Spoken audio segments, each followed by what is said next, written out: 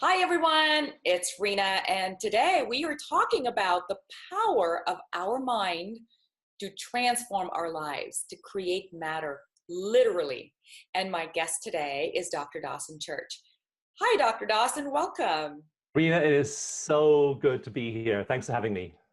My pleasure. Now, little background for those of you who are listening to this on a podcast. Please note it's also a video interview, so you can, of course, always access it on Health Bootcamps. Please note there'll be a lot of links and information shared in the show notes. So when you do get a chance, check out the post once we do release this interview. With that said, let me introduce Dr. Dawson Church, who is brilliant, a maverick, a transformative genius. He's an award-winning author whose best-selling book, The Genie in Your Genes, was hailed by viewers as a breakthrough in our understanding of the link between emotions and genetics. He then followed up with the title Mind to Matter, and this is going to be a masterclass interview on Mind to Matter, which reviews the science of peak mental states. I can't wait to talk about the state of flow, because that is where we all need to be to live our amazing lives that we are supposed to. He also founded the National Institute for Integrative Healthcare, and he's implemented promising evidence-based psychological and medical techniques. His groundbreaking research has been published in prestigious scientific journals. He's also the editor of Energy Psychology Theory, Research, and Treatment. Dr. Dawson, welcome again. Rena, again, it's wonderful to be here, and I just love sharing this information. I'm wildly, passionately excited about these new healing breakthroughs, and I'm so glad to have the ability to share them with your community. Thank you. So let's get started with the introduction. The metaphysics meets science. What is that chapter all about? Well, it's so funny because I have always been a person who had a deep sense of inner purpose and meaning and felt very connected to the universe. When I was about 15 years old, I had this transformative experience. I just felt one day, I was very depressed, very lonely, very socially isolated when I was a kid. I remember once walking past a big full-length mirror in a hotel when I was 15 years old and looking at my face, and I looked at my own face, 15 years old, teenager, and my voice in my head said, "That's the saddest face I've ever seen." I mean, I was toxically depressed and miserable, and I had a pretty rough childhood and a lot of challenges growing up, so that's where I was. And I had this transformative experience one day when I suddenly felt the universe was full of love and loved me. Wow. And I just was aware of this, and it completely changed my life. I joined a spiritual community. I began to study the great tradition, the great masters, and I've always found that having mystical experience is very natural. And in fact, every spiritual tradition, every great philosophy culminates in mysticism. And these are people who have direct experiences, what I call in the book non-local mind. But it's also wonderful that we have the ability of science to demonstrate things and measure things. So I just approach both worlds, both mysticism and science, with delight and see them as being two halves of the same coin. And in introduction to the book, I talk about one of the many experiences I've had that was really just freaky, just blew my mind. And what had happened was when I was doing a writing retreat in Hawaii. I was in the southern tip of the island of Kauai, and there's a beautiful beach there called Loai Beach. And so each day in my writing retreat, I would leave the condo for a little while. I'd drive to some beautiful spot. I would leave all of my snorkeling or diving gear in the back of the Jeep I'd rented. I'd go out for a swim, snorkel around for an hour or two, and then go back and write some more. And when I got back from that particular trip, I left the water, walked over to the Jeep, put my hands in my pocket, and the keys weren't there.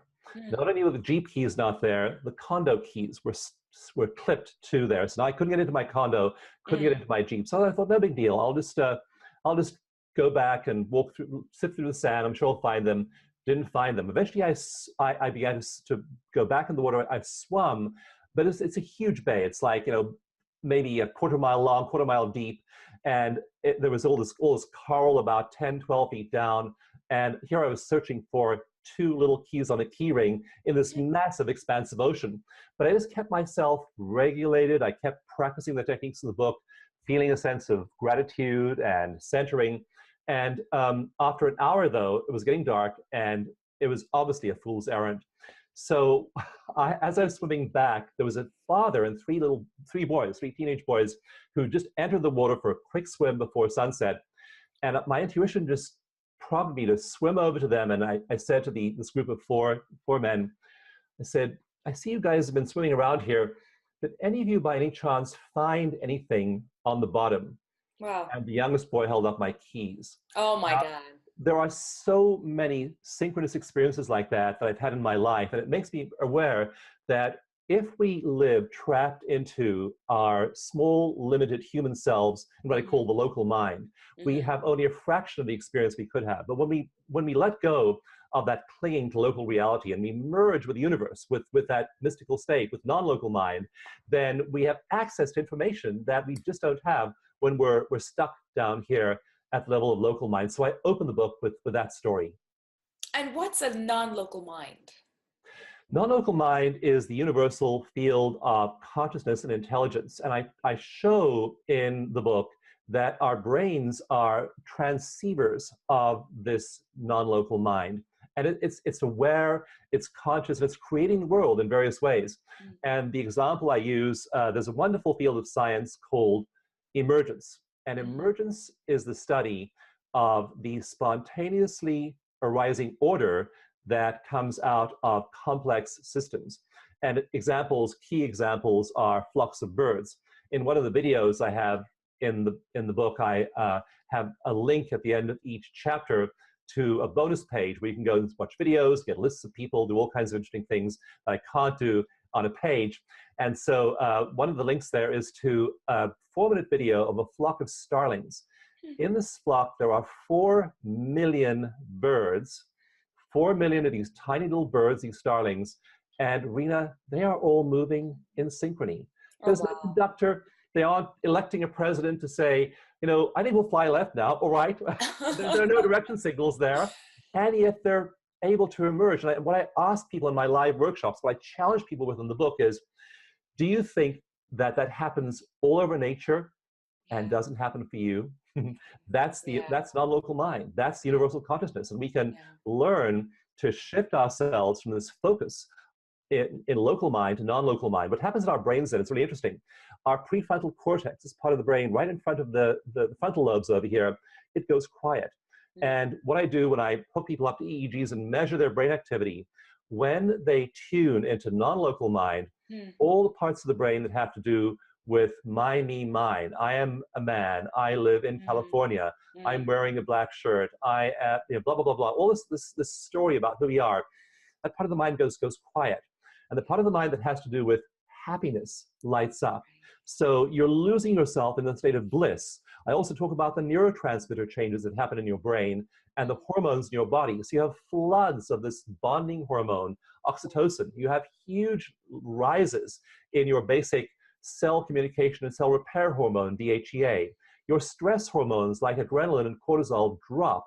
And then you have these neurotransmitters in your brain, like the reward neurotransmitter, serotonin, and dopamine.